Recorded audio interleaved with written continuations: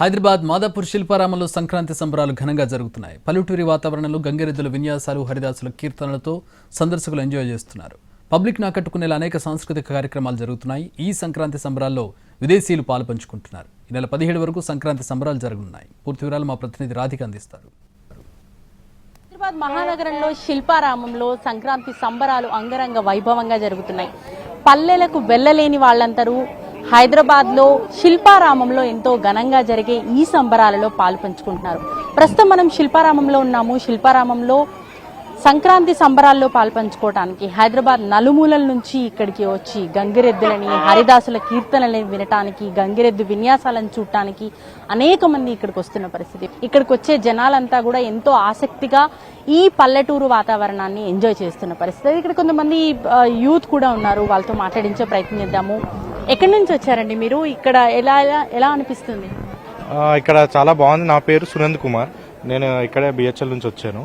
So ఈ వాతావరణం చాలా బాగుందండి. అసలు విలేజ్ అట్మాస్ఫియర్, అసలు మేము సిటీలో ఉన్నాం కదా, ఎట్లా విలేజ్కి వెళ్ళలేదు, సో ఎలా ఉంది అనుకున్నాం. కానీ అట్మాస్ఫియర్ అయితే చాలా బాగుంది. మనకి ఇక్కడైతే బుర్రకథలు కాకపోతే లేకపోతే ప్రతిదీ విలేజ్ అట్మాస్ఫియర్ ఏదో ఊర్లో ఉన్నట్టుంది. హ్యాపీగా ఉంది, చాలా సంతోషంగా ఉంది. నిజంగా చాలా ఎక్సైటెడ్ ఫీల్ అవుతున్నాం. ఫ్లో మాత్రం అవట్లేదు, క్రౌడ్ వస్తూనే ఉంది. మీరు చూస్తున్నారు, ఫుల్ క్రౌడ్ అయితే ఎక్కడ ఆగటం లేదు. మొత్తం సిటీ అంతా ఇక్కడికి శిల్పారామం వస్తుంది.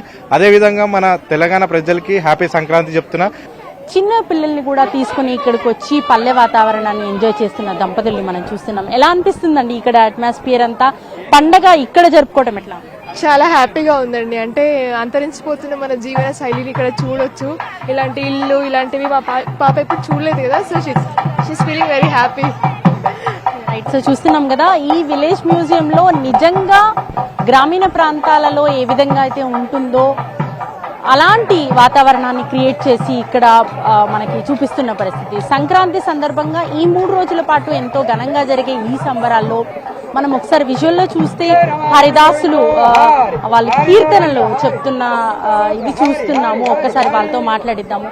ఎలా అనిపిస్తుంది సంక్రాంతి సందర్భంగా గ్రామీణ ప్రాంతాల్లో ఉండే కళనంతా కూడా ఇక్కడ మనకు కనిపిస్తున్న పరిస్థితి? ఇక్కడికి వచ్చిన జనాలు ఏమంటున్నారు? ఈ సంవత్సరం మేము ఇక్కడికి వచ్చి మేము ఇలాగ ప్రతి ఒక్క కళాజాత చేస్తుంటే మాకెంతో ఆనందకరంగా ఆహ్లాదకరంగా అనిపిస్తుంది. ఎందుకంటే ఈ యొక్క సాంస్కృతిక కళ అనేది చాలా బాగా చేయాలి. చేసి అందరికీ హరిదాసులు అంటే ఎలాగుంటారు, బుడబొక్కల వారంటే ఎలాగుంటారు, గంగిరెద్దులంటే ఎలాగుంటాయి అనేది ప్రతి ఒక్కరికి మేము తెలియజేస్తుంటే మాకెంతో ఆనందంగా ఉంది.